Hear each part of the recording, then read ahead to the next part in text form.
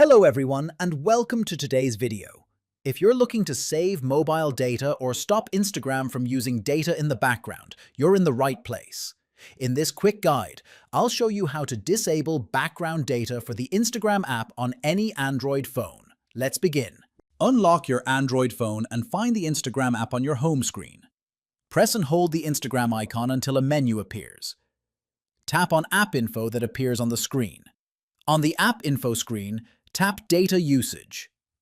Scroll down until you see the option labeled Background Data. Toggle the switch off to disable background data usage for Instagram. This will stop Instagram from using mobile data when the app isn't actively open on your screen.